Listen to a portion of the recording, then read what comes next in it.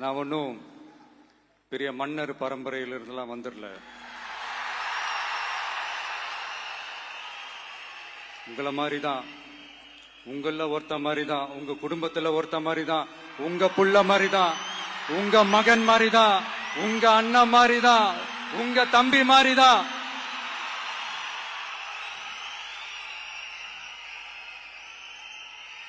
அப்படிதான் நான் உணர்றேன். நீங்களும் என்ன அப்படி நினைச்சதுனாலதான் சினிமாவில் எனக்கு ஒரு மிகப்பெரிய ஒரு இடத்த ஒண்ணு கொடுத்தீங்க. அதையெல்லாம் விட்டுட்டு உங்களுக்காக நன்றி கடன் செலுத்துறதுக்காக அரசியலுக்கு வந்த உங்க விஜய, இந்த விஜய, நீ வா விஜய், நாங்களா இருக்கோம், பாத்துக்கிறோம். விஜய் தம்பி நீ வா, நாங்க இருக்கோம். விஜய் தம்பி நீ வா, நாங்க இருக்கோம். அண்ணா நீ வாடா, நாங்களா இருக்கோம். நண்பா நீ வா நண்பா, நாங்களா இருக்கோம் சொல்லி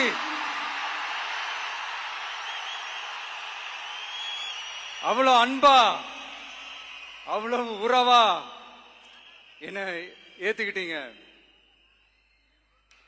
இந்த நேரத்தில் இதை நான் சொல்லணும்.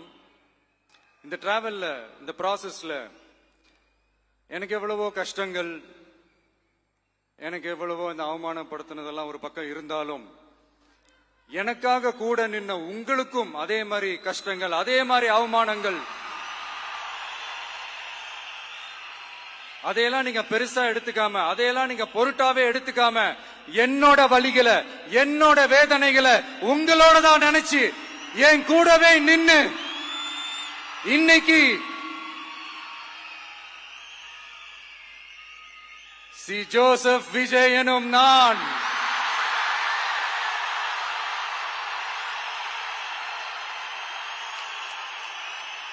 அத உண்மையாக்கி இருக்கிறீங்க. உண்மையிலே எனக்கு என்ன சொல்றதுன்னு எனக்கு தெரியல. என்னுடைய உறவுகளே, என்னுடைய சொந்தங்களே, நான் ஒன்னும் தேவ தூதன்லாம் கிடையாது. நானும் ஒரு இயல்பான ஒரு வாழ்க்கை வாழ்ற ஒரு சாதாரணமான மனுஷன்தான். நான் முன்னாடியே சொன்ன மாதிரி அது செய்வேன் இது செய்வேன்னு பொய்யான வாக்குறுதிகள்லாம் கொடுத்து உங்களை நான் ஏமாத்த மாட்டேன். எது சாத்தியமோ அது மட்டும்தான் நான் செய்வேன். இம்மிடியட்டா உங்க மனசுல ஒரு கேள்வி ஒண்ணு வரலாம், அப்ப சாத்தியம் இல்லாததை செய்ய மாட்டாங்களா, செய்ய முடியாதா அப்படின்ற ஒரு கேள்வி ஒண்ணு வரலாம். இத்தனை கோடி மக்கள் என் கூட இருக்கும் போது எது வந்தாலும் பாத்துக்கலாம், என்ன வந்தாலும் பாத்துக்கலாம் அப்படின்ற அந்த கான்பிடன்ஸ் என் மனசுல இருக்கு. இன்னொரு விஷயமும் நான் இங்க சொல்லணும். இன்னைக்கு நம்ம தமிழ்நாடு கவர்மெண்ட் இருக்கிற அந்த நிலைமையை பத்தி நான் உங்ககிட்ட நான் சொல்லணும். கிட்டத்தட்ட 10 லட்சம் கோடிக்கு மேல கடன் வாங்கி வச்சுட்டு போயிருக்கிற இன்னைக்கு அந்த தமிழ்நாடு அரசு இருக்கிறப்போ, கஜானாவை சுத்தமா தொடச்சி வலிச்சு வச்சுட்டு போயிருக்கிறப்போ, தூக்க முடியாத சுமையை ஏத்தி வச்சுட்டு போயிருக்கிறப்போ,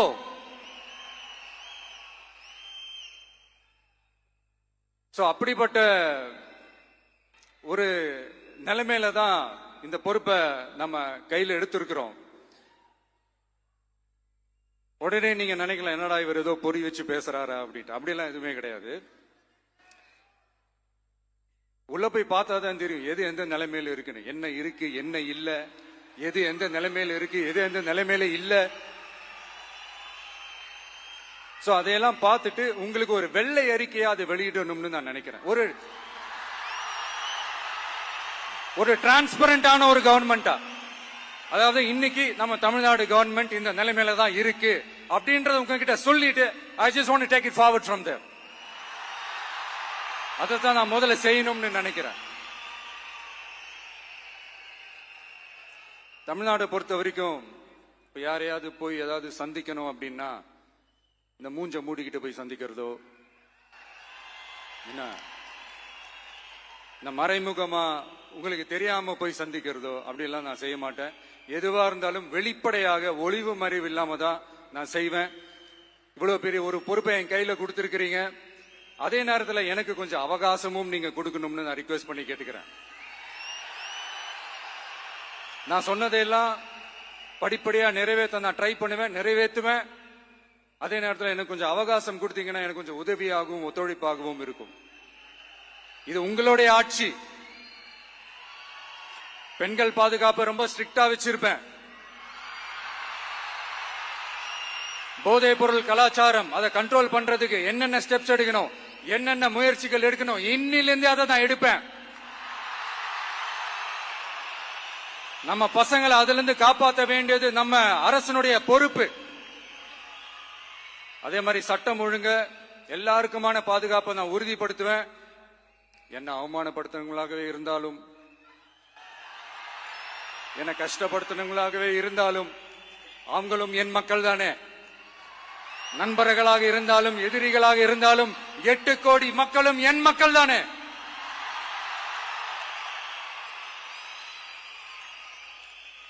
அது மாதிரி இந்த அடிப்படை விஷயங்கள், கல்வி, ரேஷன், மருத்துவம், குடிநீர், சாலை வசதி, பஸ் வசதி, இந்த மாதிரி விஷயங்கள்ல தான் என்னுடைய முதல் கவனம் செலுத்தணும்னு எனக்கு தோணுது. நான் முன்னாடியே சொன்ன மாதிரி மக்கள் பணத்துல இருந்து ஒரு பைசா கூட நான் தொட மாட்டேன். எனக்கு அது அவசியமும் இல்ல. அது உங்களுக்கு நல்லாவே தெரியும். இந்த விஜய் தப்பு பண்ண மாட்டான், தப்பு பண்ணவும் விட மாட்டான். அது யாராக இருந்தாலும் சரி, என்னோட கவர்மெண்ட்ல என் கூடவே இருக்கிறவங்களாகவும் சரி, விட மாட்டான். சப்போஸ் யாருக்காவது அப்படி ஒரு எண்ணம் மனசுல இருந்துச்சுன்னா, நம்ம ஜெயிச்சிட்டோம், ஒரு ஆட்டம் ஆடி பார்க்கலாம் அப்படின்ற எண்ணம் யாருக்காவது இருந்துச்சுன்னா இப்பவே இந்த நிமிஷமே அதை எரேஸ் பண்ணிருங்க.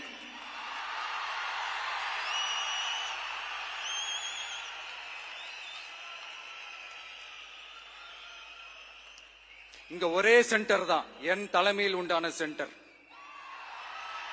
இந்த பக்கம் ஒரு சென்டர், இந்த பக்கம் ஒரு பவர் சென்டர், அங்க ஒரு பவர் சென்டர், அதெல்லாம் கிடையவே கிடையாது. இப்பவே சொல்லிடுறேன். பெண்கள், இளைஞர்கள், விவசாயிகள், அரசு ஊழியர்கள், ஆசிரியர்கள், உழைக்கிற மக்கள், மீனவர்கள் எல்லாருமே நம்ம டிவிக்கு அரசுல நல்லா இருப்போம், நல்லா இருப்போம், நல்லா இருப்போம். பிறப்புக்கும் எல்லா உயிர்க்கும் அப்படின்றத நம்ம சமரசம் இல்லாத அடிப்படை கோட்பாடு.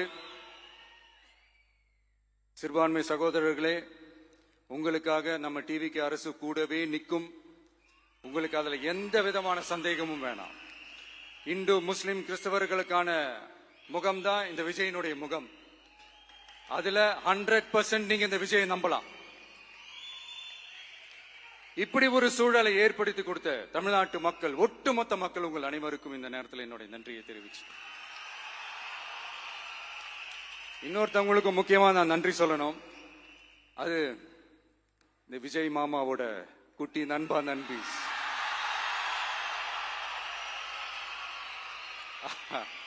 அவங்களாலதான் இது நடந்திருக்கு. உங்களுக்கு எப்படி நன்றி கடன் செய்யணும்? உங்களுக்காக உங்க ஃபியூச்சரை மைண்ட்ல வச்சுக்கிட்டு எல்லா நல்ல விஷயங்களையும் உங்களுக்காக இந்த விஜய் மாமா செஞ்சு கொடுப்பான். கான்பிடண்டா இருங்க. அதே மாதிரி இன்னொருத்தவங்களுக்கும் நான் முக்கியமா நன்றி சொல்லணும். உங்களை எப்படி நான் மறப்பேன்? நீங்க தான் என்னோட உயிராச்சு. தமிழக வெற்றி கழக தோழர்களே,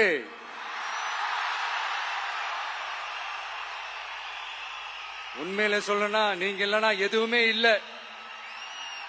என்னோட கழக தோழர்களுக்கும், கழக நிர்வாகிகளுக்கும், வாக்கு சாவடி முகவர்களுக்கும், மை டியர் வர்ச்சுவல் வாரியர்ஸ், உங்கள் அனைவருக்கும் கோடான கோடி நன்றிகள். வாங்க எல்லாருமா சேர்ந்து ஒரு ஃப்ரெஷ் கவர்னன்ஸ், ஒரு நியூ கவர்னன்ஸ் ஒன்னு கொடுப்போம். This is a new beginning.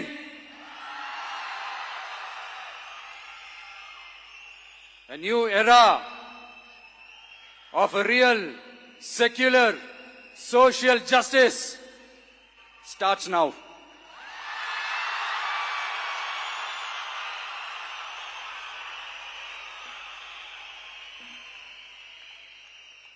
மக்கள் நலன்களை மட்டுமே லட்சியமாக கொண்ட நமது அரசுக்கு பக்கபலமாக நின்று ஆதரவை வழங்கியுள்ள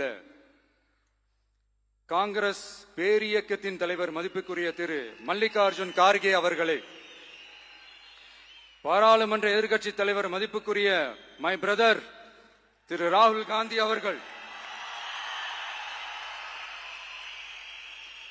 காங்கிரஸ் கட்சியின் பொதுச் செயலாளர் மதிப்புக்குரிய திரு கே.சி. வேணுகோபால் அவர்கள்,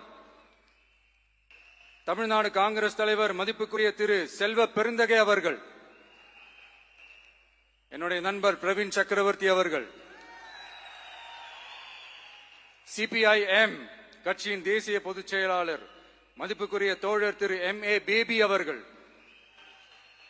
மாநில செயலாளர் மதிப்புக்குரிய தோழர் திரு பி. சண்முகம் அவர்கள், அரசியல் தலைமை குழு உறுப்பினர் மதிப்புக்குரிய தோழர் திரு கே. பாலகிருஷ்ணன் அவர்கள், பாராளுமன்ற உறுப்பினர் மதிப்புக்குரிய தோழர் திரு சு. வெங்கடேசன் அவர்கள்,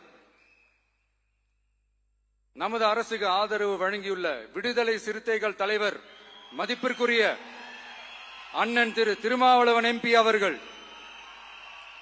நாடாளுமன்ற உறுப்பினர் மதிப்புக்குரிய திரு ரவிக்குமார் அவர்கள், சட்டமன்ற குழு தலைவர் மதிப்பிற்குரிய திரு வன்னி அரசு அவர்கள், சிபிஐ கட்சியின் தேசிய பொதுச் செயலாளர் மதிப்புக்குரிய தோழர் திரு டி. ராஜா அவர்கள், மாநில செயலாளர் மதிப்புக்குரிய தோழர் திரு M. வீரபாண்டியன் அவர்கள், முன்னாள் தமிழ்நாடு மாநில செயலாளர் மதிப்புக்குரிய தோழர் திரு ரா.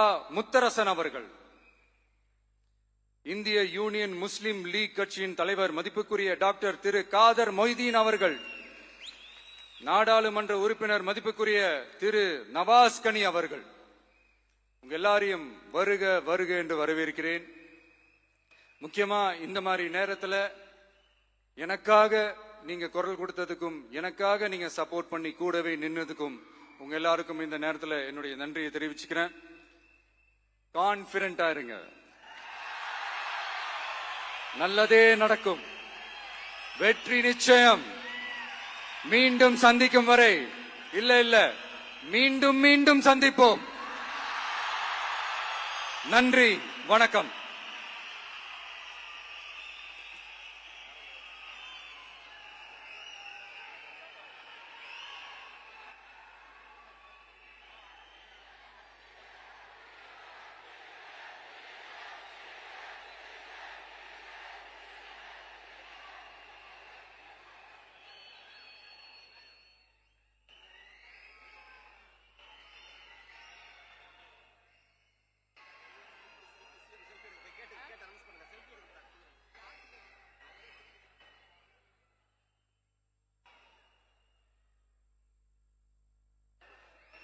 Selfie time with the Honorable Chief Minister of Tamil Nadu.